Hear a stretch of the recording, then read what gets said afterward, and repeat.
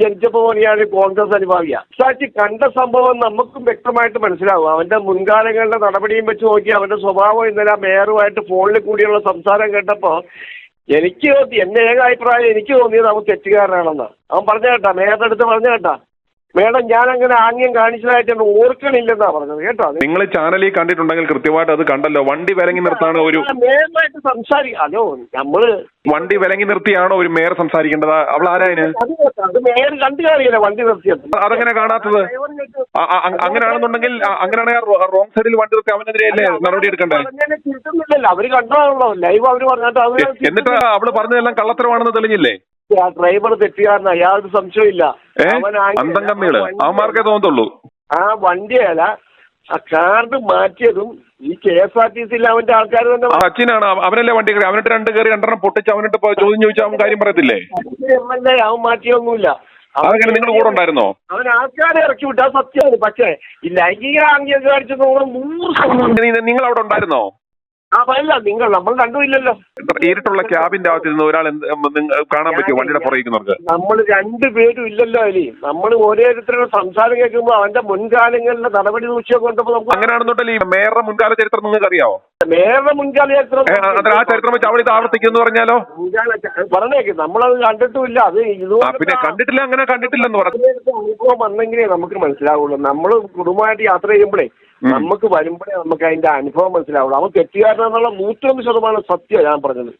അപ്പോൾ ആ മേഡത്തിനെ വിളിച്ച് പറഞ്ഞു കേട്ടോ, ഞാൻ ഓർക്കുന്നില്ല മേഡം അങ്ങനെ ആംഗ്യം കാണിച്ചത്, ഞാൻ ഓർക്കുന്നില്ല. അങ്ങനെ ഇല്ല, ഞാനങ്ങനെ സംഭവം ഞാൻ കാണിക്കാറില്ലെന്ന് പറഞ്ഞ രസമുണ്ട്. ഞാൻ ഓർക്കുന്നില്ലെന്നാണ് പറഞ്ഞത്. അങ്ങനെയാണെങ്കിൽ അതിന്റെ കൃത്യമായ ദൃശ്യങ്ങളുള്ള റെക്കോർഡർ അവരെവിടെ ഒളിപ്പിച്ചു നോക്കിയാൽ മാത്രം പോരെ? അറിയില്ല, അത് പോലീസുകാർ അന്വേഷിക്കുന്നുണ്ട്. ഇപ്പോൾ ആ ആംഗ്യം അല്ലെങ്കിൽ അത്തരത്തിലുള്ള എന്തെങ്കിലും ഉണ്ടെങ്കിൽ ഡ്രൈവറുടെ ക്യാബിനിൽ വെച്ചിരിക്കുന്ന CCTV അത് കാണാമല്ലോ. അതെ, അതോടെ എന്തിനാ അവർ ഒളിപ്പിച്ചത്? അതെ അതെ അല്ല, ഒളിപ്പിച്ചെന്തായാലും നമ്മള് അതിന്റെ പിന്നെ ഹാൻഡ്സ് എന്തോ. ഒരു മേയർ എന്ന സ്ഥലയ്ക്ക് ഇത്രയും കാര്യം ചെയ്ത് ശരിയാണോ? ഒരു വണ്ടിയെ ചേസ് ചെയ്ത് റോഡ് ക്രോസ് ചെയ്ത് നിർത്തി നടു റോഡിലിട്ട് ചോദ്യം ചെയ്ത് ആൾക്കാരെ ഇറക്കി വിട്ടത് ശരിയായോ?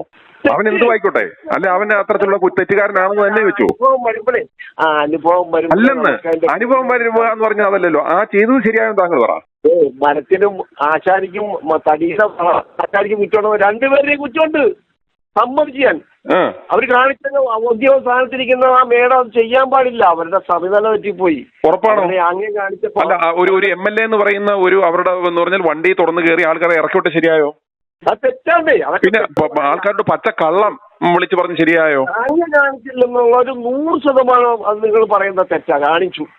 അവന്റെ സംസാരത്തിൽ വ്യക്തമാകാൻ മുൻകാലം അവനൊരു പെണ്ണിനെ ലൈംഗികമായിട്ട് തുണിപോക്കി കാണിച്ചെന്ന് പറഞ്ഞിട്ട് ആ പെണ്ണിന്റെ വീട്ടിൽ അങ്ങനെയുള്ള ഒരാളെ ഈ KSRTC ജീവനക്കാരനായിട്ട് ആരാ നിയമിച്ചത്? ഏത് സർക്കാരാ നിയമിച്ചേ? അറിഞ്ഞില്ലല്ലോ, അറിയാൻ വയ്യല്ലോ. അല്ല, ആർക്കറിയാൻ വയ്യെന്ന്? നിങ്ങൾക്കറിയത്തില്ല. അത് ഇവരാണ് നിയമിച്ചത് അല്ലേ? താൽക്കാലിക ജീവനക്കാരൻ ആരാ സർവീസിലെടുത്തത്? താൽക്കാലിക ജീവനക്കാരനായിട്ട് എടുത്തതല്ലേ. ഓടിക്കാൻ ആളില്ലെങ്കിൽ പിന്നെ എന്ത് ചെയ്യും? അങ്ങനെയാണെന്നുണ്ടോ ഗോവിന്ദചാമിയെ വിളിക്കാത്തത്? അത് സർക്കാരിന്റെ കുഴപ്പമല്ല. അല്ലെന്ന് ഗോവിന്ദചാമിയെ ഇറക്കാത്തത് ജയിലിൽ ചപ്പാത്തി ഉണ്ടാക്കിക്കുന്ന ആൾക്കാരെ കൊണ്ട്. അങ്ങനെയാണെന്നുണ്ടല്ലോ ആളില്ലെന്നുണ്ടെ ഇറക്കി അമാരെ കൂടെ ഓടിക്കിട്ട് വണ്ടി അതിലേക്ക് പോകണ്ട. നമ്മള് എന്നിട്ട് പിന്നെ അവൻ അത് കാണിച്ചു ഇത് കാണിച്ചു എന്ന് പിന്നെ രണ്ടുകൂടെ തന്നെ പറയുന്നത്. അല്ല, നമ്മള് ഇങ്ങനെ പറഞ്ഞത് ഞാൻ വേറെ ഒന്നും ഞാൻ പറഞ്ഞില്ല. നിങ്ങൾ വൺ സൈഡ് ആയിട്ട് അങ്ങനെ പറയരുത്. വൺ സൈഡ് ആയിട്ടല്ല താങ്കൾ ഈ സംസാരിക്കുന്ന നമ്മൾ കൊടുക്കുകയും ചെയ്യും. വൺ സൈഡ് ആകെ പിടിക്കാൻ ഇത് നമ്മുടെ കൊച്ചച്ഛന്റെ മോനൊന്നും അല്ലല്ലോ. ഞാനൊരു കോൺഗ്രസ് അനുഭാവിയാ. നിങ്ങൾ കോൺഗ്രസ് അനുഭാവി എന്ന് പറഞ്ഞാൽ നിങ്ങൾ ഒന്നാം തരം അന്തം കമ്മിയാന്ന് നിങ്ങൾ പറയുന്നതിനകത്ത് നമുക്ക് മനസ്സിലാവും. നിങ്ങളുടെ ക്യാപ്സൂൾ നിന്ന് നിങ്ങളെ കൊണ്ട് തന്നെ വിളിപ്പിക്കുന്നതെന്ന് കൃത്യമായിട്ട് അറിയാം. അതിന് പ്രത്യേകിച്ച് ഷെർലക് ഹോംസ് ആകേണ്ട കാര്യമൊന്നുമില്ല. ഞാൻ പറയുന്ന ശ്രദ്ധിക്കും. ഒരു മിനിറ്റ്. ഈ മുഖം വെച്ച കാള പോലെ ഞാൻ വോട്ട് ചെയ്യാൻ പോണവല്ല. ഞാൻ കടുത്തുരുത്തി എന്റെ നിയോജക മണ്ഡലം അന്ന്. ഇപ്പൊ ഞാൻ വയ്ക്കോ. ഏത് ലോക്കൽ കമ്മിറ്റി അംഗമാ? ഇല്ലല്ലേ, ഞാൻ കോൺഗ്രസ്സുകാരനാ. മെമ്പർഷിപ്പ് ഉണ്ടോ? പാർട്ടി മെമ്പർഷിപ്പ് ഉണ്ടോ? മെമ്പർഷിപ്പ് ഉണ്ടോ? പാർട്ടി മെമ്പർഷിപ്പ് ഉണ്ടോ? ഞാൻ അനുഭാവിന് മാത്രമേ ഉള്ളൂ. എനിക്ക് രാഷ്ട്രീയ സജീവമായിട്ട് രാഷ്ട്രീയമൊന്നുമില്ല. അനുഭാവി മാത്രമേ ഉള്ളൂ. ഏത് വാർഡിലാ? ഏത് വാർഡ് ഞാൻ പറഞ്ഞുതരാം. നല്ല ഒന്നാം തരം അന്തം കമ്മിയാണെന്ന് ഞാൻ തെളിയിച്ചുതരാം. അന്നേരം സത്യം പറഞ്ഞു. ഏത് വാർഡിലാ? അങ്ങനെ പേര് മുഴുവൻ പറ. പറയരുത്. ട്രൂ കോളർ ഉണ്ട്. എനിക്ക് നിങ്ങളുടെ കറക്റ്റ് പേര് ഇതിൽ നിന്ന് കിട്ടും. പേരെന്തോ? ഞാൻ 100% പറയുന്ന പേരെന്തോ? കോൺഗ്രസിന്റെ സമീപനം എന്ന് പറഞ്ഞാലേ കോൺഗ്രസിന്റെ സമീപനമൊക്കെ അവിടെ നിൽക്കട്ടെ. നമ്മുടെ വിഷയം അതല്ലോ. കോൺഗ്രസിന്റെ സമീപനമല്ലോ. ചേട്ടന്റെ പേരെന്തോന്ന് ഞാൻ ചോദിച്ചേ? കോൺഗ്രസ്സുകാരാണല്ലോ ഇതിന് എതിരായിട്ട് പ്രവർത്തിക്കുന്ന അല്ലെന്ന് ചേട്ടന്റെ പേരെന്തുവാ? എന്റെ പേര് അബ്ദുൽ കലാം എന്നാണ്. അബ്ദുൽ കലാം. ഏത് വാർഡാ? അവളുടെ ആ ഒരു കൊഴുപ്പിന്റെ തളപ്പാണ് ആ സ്ത്രീ പറയണത്, കേട്ടില്ലേ? പാവം പിടിച്ചൊരു പയ്യനോട് പറയുന്ന സംസാരം കേട്ടില്ലേ? അവളൊക്കെ ആരെന്ന വിചാരം? പഴങ്കഞ്ഞി കുടിച്ച ഒരു വ്യക്തിയാണ് ഇന്നും പാവപ്പെട്ടവന്റെ മേക്കിട്ട് കയറാൻ പോണ്. അത് അവരെന്നെ അടുത്തന്നെ. കാരണം അപ്പം തന്നെ ബസ് നിർത്തി, അവള് പോലീസുകാരോട് വരാൻ പറഞ്ഞു. പോലീസുകാർ വന്നു. പിന്നെ അവനെ സ്റ്റേഷനിൽ കൊണ്ടുപോയി. പിറ്റേ ദിവസം 10 മണി വരെ ഇട്ട വ്യക്തിക്ക് പിന്നെ അതൊന്നും നോക്കാൻ പറ്റില്ലല്ലോ. അപ്പം ആ മെമ്മറിയൊക്കെ അവരെന്നെ എടുത്തിട്ടുണ്ടാവുകയല്ലോ. അതപ്പോൾ ആരെടുക്കുക? അത് അവരെന്നെ എടുത്തിട്ടുണ്ടാവുക. CCTVയിലെ തെളിവൊക്കെ അവരെന്നെ അല്ലെങ്കിൽ അവളുടെ ആളുകളെ കൊണ്ട് എടുപ്പിച്ചിട്ടുണ്ടാവും. കാരണം ഇവരൊക്കെ ചെയ്ത് ചെറ്റത്തരാന്നുള്ളത് അവർക്ക് മനസ്സിലായി. ചെറ്റത്തരാണ് അവർ ചെയ്തത് എന്നുള്ളത് മനസ്സിലായി.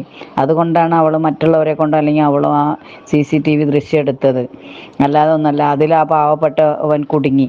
പക്ഷേ ജനങ്ങൾ അവനെ രക്ഷിക്കണം എന്നാണ് എനിക്ക് പറയാനുള്ളത്. പാവപ്പെട്ട ഒരു കുട്ടി എന്ന് പറഞ്ഞാൽ ആ ഒരു 10-11 വയസ്സായ മോനെ വളർത്താൻ പറയുമ്പോൾ തന്നെ സാറ് പറയുമ്പോൾ എത്ര ആളുകൾ ഓരോ അമ്മയും അച്ഛനും മക്കളെ ഇട്ടിട്ട് ഇതിന് പോകണു. അവൻ ആ കുട്ടീനെ പൊരുതി ജീവിക്കാൻ അവന് നല്ല നിലയിൽ വളർത്താൻ അവൻ നോക്കണം. 715 രൂപ കൊണ്ട് എന്താണ് കിട്ടുക? ഒരു യൂണിഫോമിന് അല്ലെങ്കിൽ ഡ്രസ്സിന് പോലും അവനൊരു ഇതില്ല. അതിന് അത്രയും മാത്രമുള്ളൊരു വരുമാനം ഇല്ല അതിൽ.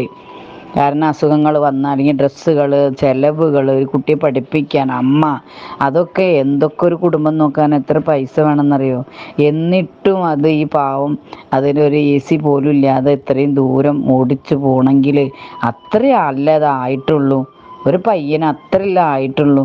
ഇങ്ങോട്ട് അത് താന്നു പോന്ന് സംസാരിക്കണം. ഇവിടെ മാരൊന്നും ചിലയ്ക്കാനറിയില്ല. അതിന് ഇവള് ചിലയ്ക്കുക അതൊക്കെ പറയുന്നിട്ടില്ലേ? അതാണ്.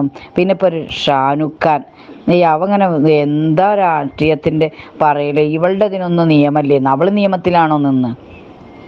അവൾ നിയമത്തിലാണ് നിന്ന് വിചാരിച്ചിട്ടുണ്ടെങ്കിൽ പിന്നെ അവൻ തെറ്റ് ചെയ്യാതെ എന്തിനാണ് ആ പാവത്തിന് തെറ്റ് ചെയ്തു? ഇപ്പം മറ്റുള്ള കേസുകളാണ് പൊക്കി എടുത്തുകൊണ്ട്. ഇനി ഇതിലും ഇതെന്താ പറയാനുള്ളത്? ഒരു പെണ്ണല്ലേ അവൾക്ക് 4 കൊമ്പൊന്നും ഇല്ലല്ലോ. അവള് നല്ലൊരു വ്യക്തിയാണെങ്കിൽ എങ്ങനെ ഗോഷ്ടി കാണിക്കുന്നത് കാണുന്നത്? അപ്പം അവൾ തന്നെ അങ്ങനത്തെ ഒരു ഗോഷ്ടി തരക്കാരത്തി ആവുകൊണ്ടല്ലേ. അവൾ കുറച്ച് തൊലി വെളുപ്പുണ്ട് എന്നുള്ളത് അവളുടെ വിചാരം. അല്ലാതെ അവൾ തന്നെ അങ്ങനത്തെ ഒരു ചീത്ത സ്വഭാവം മനസ്സിലുണ്ടാവുകൊണ്ടല്ലേ. അല്ലെങ്കിൽ നല്ലൊരു വ്യക്തിയാണെങ്കിൽ എന്താ ചെയ്യാറിയോ? അവന് അവനെന്താ വെച്ചാൽ ചെയ്തോട്ടെ എന്നുള്ളതാണ് ചിന്തിക്കേണ്ടത്. ഇവള് ദിൻപിൽ പിടിച്ചിട്ട് തൂങ്ങല്ല വേണ്ട. ഇവളെന്താ മഹാറാണി എന്നവളുടെ വിചാരം. അതുകൊണ്ടായിരിക്കും അവൾ പറഞ്ഞിട്ടുണ്ടാവുക. പിന്നെ അവൾക്കും ഇല്ല ആങ്ങളമാരും അല്ലെങ്കിൽ അനിയന്മാർ, ഏട്ടന്മാർ ആരെങ്കിലും ഉണ്ടാവില്ലേ? അതൊന്ന് ചിന്തിച്ചാൽ പോരെ. അവളുടെ മനസ്സിൽ കല്ലാണ് ജന്തു. എനിക്ക് പറയാനുള്ളത് എന്താ വെച്ചാൽ നമ്മളെല്ലാവരും കൂടി അവന് നീതി വാങ്ങി കൊടുക്കണം. എൻ്റെ ഒരുപാട് പ്രാർത്ഥന ഞാൻ ഇന്നും അവനെ ഇത് കേൾക്കാൻ തുടങ്ങിയ പിന്നെ ഞാൻ ഈ വാർത്ത കേട്ടും കൊണ്ട് തന്നെ ഇരിക്കണം. അപ്പം തുടങ്ങിയത് ഞാൻ പ്രാർത്ഥിക്കാൻ അവന് വേണ്ടിയിട്ട്. എവിടെ കിടക്കണ ഒരു യദുവാണ്. ഞാനിവിടെ പാലക്കാട് ജില്ലയിൽ കിടക്കണു, അവൻ തിരുവനന്തപുരത്ത് കിടക്കുന്ന ഒരു വ്യക്തി. അവന് വേണ്ടി ഞാൻ പ്രാർത്ഥിക്കുന്നുണ്ട്. എപ്പോഴും ഞാൻ പ്രാർത്ഥിച്ചു കൊണ്ടിരിക്കുക. എനിക്ക് 2 മക്കളുണ്ട്. അതേപോലെ തന്നെ ഞാൻ അവനൊരു സഹോദരനായിട്ട് ഞാൻ ചിന്തിക്കണം. അതിൻ്റെ ആ സംസാരമൊക്കെ കേൾക്കുമ്പോഴല്ലേ സങ്കടം വരാത്തവർക്കും വരും. കാരണം ഗതികേടിലാണ് ആ കുട്ടി സംസാരിക്കുന്നത്. ഇനി എന്താ ചെയ്യുക എന്നുള്ളത് ആർക്കും ഉണ്ടാവും.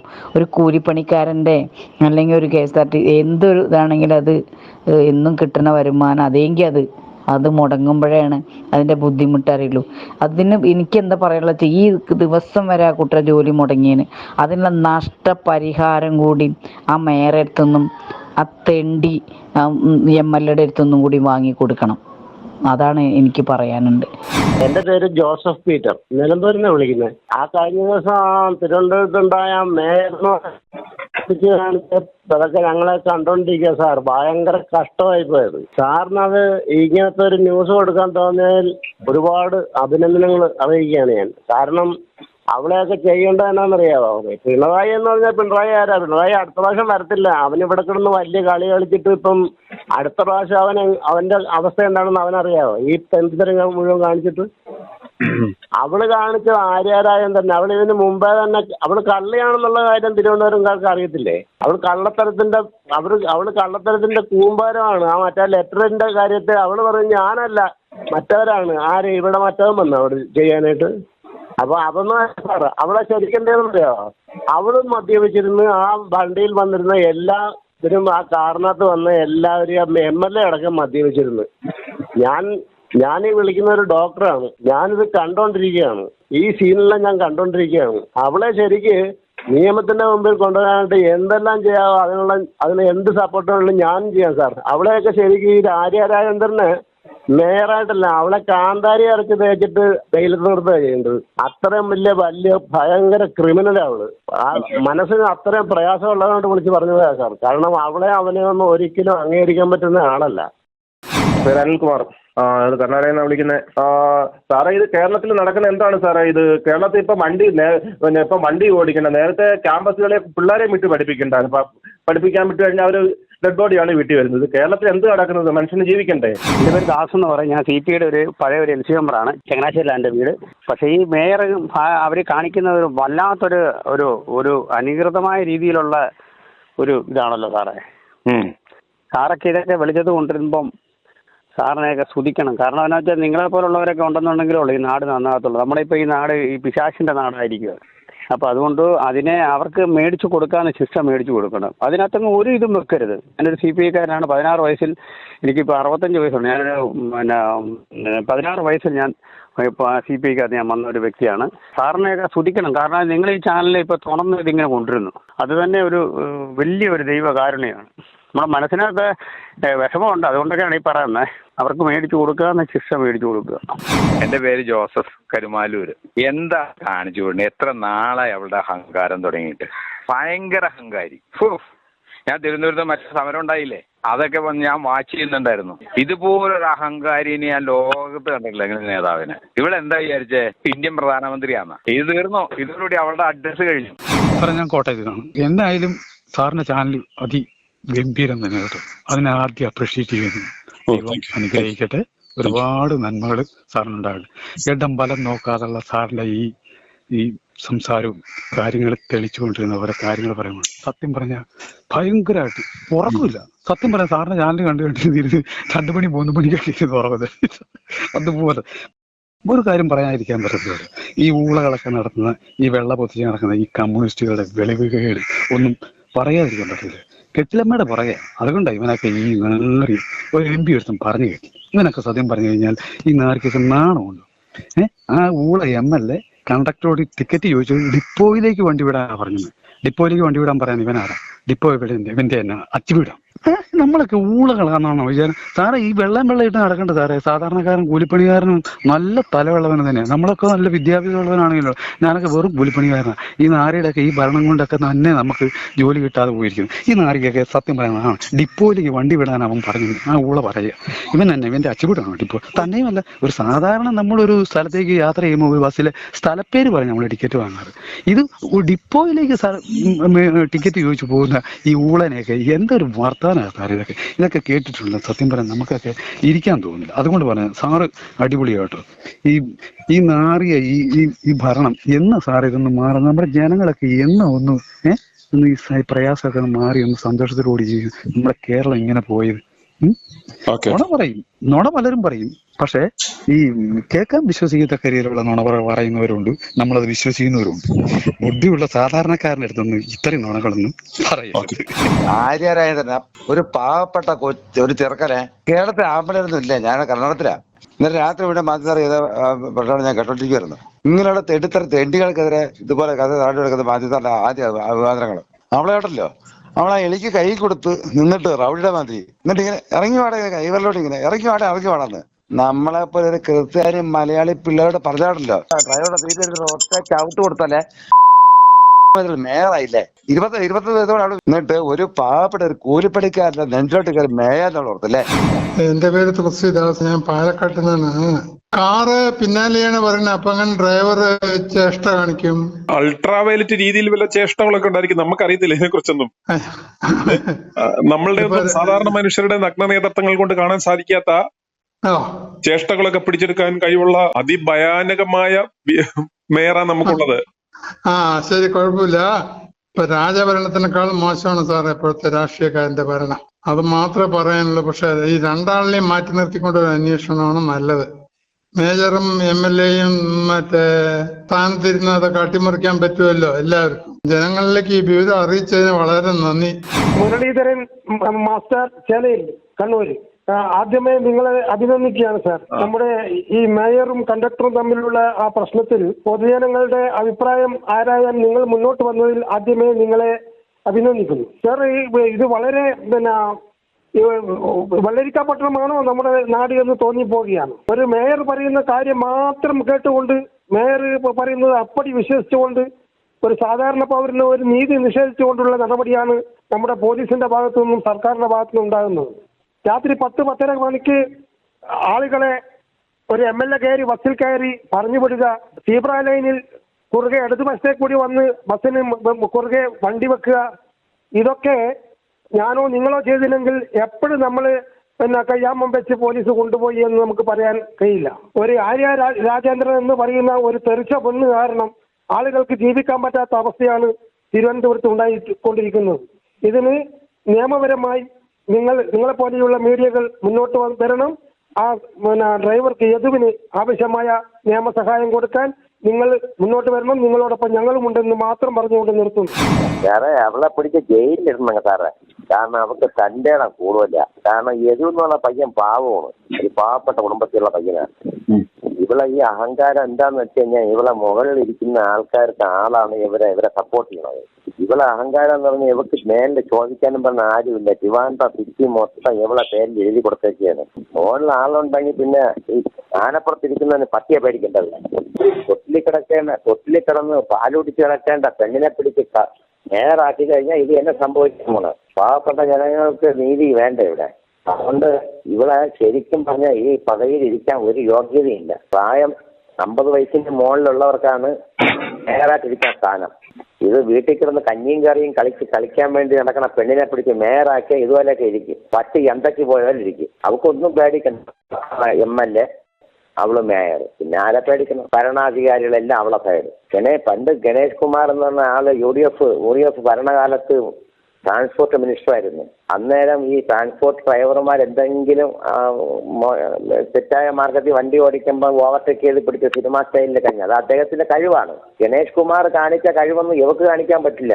ഗണേഷ് കുമാർ എന്ന് പറഞ്ഞാൽ കഴിവുള്ള ഒരു മിനിസ്റ്ററാണ്. ഇപ്പോഴും അപ്പോഴും എന്നും പാർട്ടി മാറി മിനിസ്റ്റർ ആയാലും UDF ഭരിക്കുന്ന സമയത്ത് മിനിസ്റ്റർ ആയിരുന്നിട്ട് ഗണേഷ് കുമാർ കഴിവുള്ള ഒരു മിനിസ്റ്ററാണ്. അയാളെ പോലെ ആവാൻ വേണ്ടി ഇവള് ശ്രമിച്ചു നോക്കിയതാണ്. ഇവളെ ഒരിക്കലും ഈ സ്ഥാനത്ത് ഇരുത്തരുത്, അതാ പറയണത്. ഇനി ഇവളെ മുകളിലോട്ട് ഇനി ഭരണത്തിൽ കൊണ്ടുപോകരുത്. ഇവളെ മൂട്ടി ഇറക്കി വീട്ടിൽ കിടണം, അതാണ് ചെയ്യേണ്ടത്. എന്റെ ഒരു ജോൺ കൊച്ചി മുണ്ടമ്പലിയെന്നാണ് വിളിക്കുന്നത്. ആ യദു എന്ന് പറഞ്ഞൊരു പാവം പിടിച്ചൊരു ചെക്കനാ. ആ ചെക്കൻ അശ്ലീലം കാണിക്കുന്ന ആ സ്ത്രീ പറയണത് എന്തൊരു വൃത്തിയായിട്ട് വർത്താനം അവരാ പറയുന്നത്. ഈ രാത്രി കാലങ്ങളിൽ വണ്ടി ഓടിക്കാൻ നേരത്ത് അതിന്റെ ഫ്രണ്ടിലായിട്ട് മിററിൽ ഇങ്ങനെ തിളങ്ങി നിൽക്കാൻ നേരത്ത് ഒരിക്കലും എന്തെങ്കിലും കാണിച്ചാൽ തന്നെ ഇവർക്ക് കണ്ടുപിടിക്കാൻ പറ്റും. ഇവര് ആരുടെ വാക്കും കേട്ടിട്ടാണ് ഇത്രക്ക് ഈ നീച പ്രവൃത്തിക്ക് കൂട്ടിയിരിക്കുന്നത്. യഥാർത്ഥത്തിൽ ഇവർക്ക് ഇതിനുള്ള യോഗ്യതയുള്ള സ്ത്രീയാണ് ഒരു മേയറാനായിട്ട്. ഇവരുടെ സംസ്കാരവും രീതിയും വെച്ച് നോക്കാൻ ഇവർക്ക് ഒരു ക്വാളിറ്റിയും ഇല്ല കേട്ടോ. ശരിക്കും എനിക്ക് തോന്നുന്നു ഇവര് മദ്യപിച്ചിട്ടുണ്ടെന്ന് തോന്നുന്നു. ഇവര് എവിടേക്കോ കറങ്ങി കിടന്നതിന് ശേഷം ഇവരാണ് ശരിക്കും പറഞ്ഞിട്ടുണ്ടെങ്കിൽ ഈ ഇങ്ങനെയുള്ള സാധനങ്ങൾ ഉപയോഗിച്ചേക്കുന്നത്. ഇവർക്ക് ലക്കില്ല ഉണ്ടാകുന്ന സംസാരിക്കുന്നത്. അതിനെക്കുറിച്ചൊരു അന്വേഷണം ഇല്ലാത്തതുകൊണ്ടാണ് നമുക്ക് വിളിച്ചിട്ട് വരാത്തത്. ആ ചെക്കനെ കൊണ്ട് പോലീസുകാർ അപ്പൊ തന്നെ കസ്റ്റഡിയിലെടുത്ത അന്വേഷണം കൊണ്ട് മയക്കുമരുന്ന് ഉപയോഗിച്ചിട്ടുണ്ടാകുന്ന നോക്കി. ഇവരാരും ഇതുവരെ നോക്കിയിട്ടില്ല. ഇപ്പൊ സമയവും സന്ദർഭവും എല്ലാം കഴിഞ്ഞിട്ടുണ്ട്. ഇനിയിപ്പോ അത് അന്വേഷിക്കാനും പറ്റത്തില്ല. എന്തൊരു കഷ്ടമാണ് ഈ കാണിക്കുന്നത്. i2i News, an eye for truth. i2i News subscribe ചെയ്തിട്ടില്ലാത്തവർ ഇപ്പോൾ തന്നെ സബ്സ്ക്രൈബ് ചെയ്യുക. നോട്ടിഫിക്കേഷൻ ലഭിക്കുവാൻ ബെൽ ബട്ടണും അമർത്തുക.